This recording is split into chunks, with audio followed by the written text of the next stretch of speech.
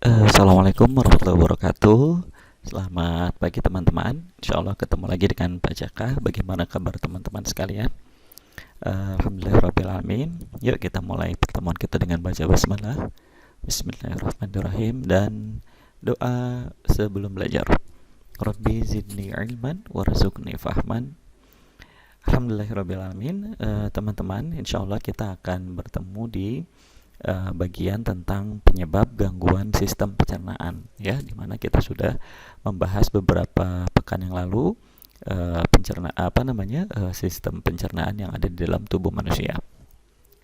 Teman-teman semuanya, kalau misalnya kita uh, apa merasa ada gangguan di sistem pencernaan kita, atau kita mempelajari apa saja yang menyebabkan gangguan pencernaan pada manusia, itu terdapat beberapa penyebab. Nah, ini yang akan kita coba bahas sekarang. Nah, teman-teman semuanya, yang pertama, penyebab gangguan pada manusia adalah infeksi dari bakteri dan virus. Ya, teman-teman coba perhatikan ini. Ini adalah gambar virus, ya, setelah dipakai mikroskop mungkin beribu-ribu kali ya teman-teman. Kemudian ini adalah gambar juga bakteri, ya, dimana perbedaan virus dan bakteri ini dari sisi besarannya. Virus lebih kecil daripada bakteri, ya, sedangkan bakteri lebih besar. Kemudian efek dari virus ini sangat cepat bereaksinya, sedangkan bakteri dia relatif perlu waktu untuk istilahnya mencapai gangguan pencernaan yang akhirnya mengganggu manusia. Tapi kalau virus dia sangat cepat dan lebih cepat. Nah, gangguan virus dan bakteri ini umumnya bisa ditemukan dari sumber yang sama. Kita coba lihat ini. Nah, ini dari sisi higienitas. Nah, yang pertama adalah dari sisi higienitas makanan yang dicerna atau yang dimakan oleh manusia. Kita coba lihat ya. Di sini ada teman-teman SD kita yang di sekolah yang lain yang dia jajannya sembarangan, ya, tidak higienis. Kemudian ini di mana ini?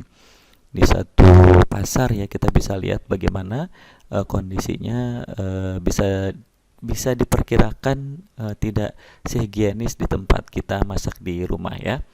Nah, kalau ini terjadi di kehidupan sehari-hari, maka ini akan mengakumulasikan virus atau bakteri yang ada di dalam tubuh sehingga menyebabkan gangguan pada pencernaan teman-teman. Yang penyakit-penyakitnya kita sudah bahas sepekan yang lalu.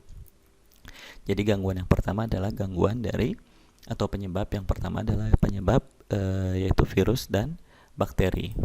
Kemudian yang kedua, nah, ini adalah kebiasaan dari yang kita lakukan, yaitu makan yang terlalu cepat. Ya, jadi makannya buru-buru, ya. Dikunyahnya tidak sempurna, di mana Rasulullah SAW itu ketika mengunyah itu sampai halus, sehingga Rasulullah sendiri pencernaannya relatif lebih sehat dibandingkan dengan kita manusia pada umumnya, karena salah satunya adalah Rasulullah mengunyahnya dengan lama. Nah, teman-teman, selain makan makanan yang cepat, juga ada salah satu temuan. Kalau misalnya kita dalam keadaan makan terlalu cepat dan sekaligus sambil berbicara, sambil ngobrol, ini juga mengganggu sistem pencernaan makanan, ya, sehingga makanan yang diolah oleh mulut itu tidak sempurna, dan akhirnya dengan tanda kutip belum sempurna untuk bisa dicerna, ini masuk ke dalam lambung.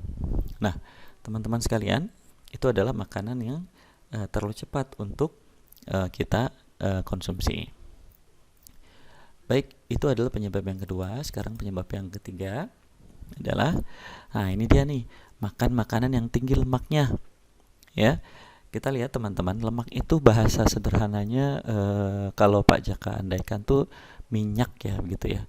Jadi kalau di dalam tubuh kita aliran darah itu bentuknya cair. Nah, bisa teman-teman bayangkan kalau misalnya kita mengkonsumsi lemak dalam berlebihan, ini diolah tidak dengan mudah diolah oleh tubuh, akhirnya ikut beredar di peredaran darah. Kalau ikut ke dalam peredaran darah, maka eh, darah menjadi kental atau darah akhirnya membawa eh, kotoran-kotoran yang ada di dalam pencernaan tadi ya ke dalam seluruh tubuh, dan akhirnya ada penyumbatan-penyumbatan di pembuluh-pembuluh darah, termasuk di jantung misalnya, di otak, yang menyebabkan penyakit. Nah ini ternyata sih teman-teman, tidak semua lemak itu jahat ya. Ada lemak tuh ada dua teman-teman, ada lemak baik dan lemak jahat. Nah lemak baik ini umumnya dari tumbuhan ya, yang dia umumnya kalau dikonsumsi justru malah bisa membantu untuk mengurangi efek samping dari lemak jahat. Kemudian bisa dilihat nih, ini ada minyak ya, minyaknya ini minyak zaitun, kemudian ada alpukat ya, ini kacang-kacangan. Nah teman-teman, ini adalah lemak baik. Nah, ada lemak jahat. Nah di sini bisa kelihatan ya teman-teman, kalau kita terlalu sering makan seperti ini, maka sudah bisa diprediksi gangguan pencernaan itu relatif bisa bisa diderita oleh orang-orang yang sering mengkonsumsi makanan-makanan seperti ini ya. Ada hamburger, kemudian kentang goreng, french fries, kemudian ini ada apa ini ya,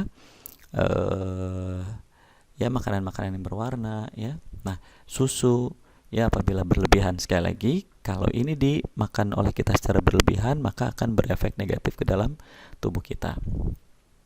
Itu adalah penyebab yang ketiga. Sekarang penyebab yang keempat, atau insya Allah ini yang terakhir, adalah obesitas. Apa itu obesitas? Nah, obesitas itu kondisi di mana berat lemak dari penderita terlalu berlebih. Seperti tadi apa yang Pak Jaka sampaikan, lemak itu dia membawa bisa dibilang zat-zat yang tidak diperlukan oleh tubuh, dan akhirnya ngikut ke dalam tadi Pak Jaka bilang ya, lemak itu semodel kayak minyak, begitu dia nempel, kemudian dia dibawa ke seluruh tubuh melalui pembuluh darah. Dan kalau itu terjadinya di jantung, maka ada penumpukan-penumpukan, kemudian bisa menyebabkan naudzubillah ya, sakit pembuluh jantung, kemudian darah tinggi, stroke, ini penyumbatan pembuluh darah di otak ya, kemudian ini di lutut ya, artritis, kemudian diabetes ya, varises, jantung, dan tadi seperti itu.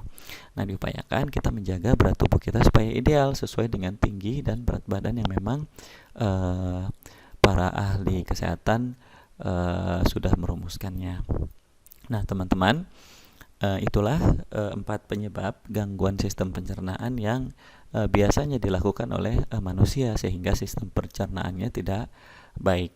Mudah-mudahan kita terhindar dari penyakit-penyakit yang tadi disebutkan, bahkan di pekan lalu sudah kita bahas, dan Allah benar-benar menyehatkan kita. Dan insya Allah teman-teman, mudah-mudahan kita berdoa bersama-sama semoga pandemi ini segera berlalu dan kita bisa bertemu lagi di sekolah. Jazakumullah khairan katsira. Jaga kesehatan ya teman-teman. Assalamualaikum warahmatullahi wabarakatuh.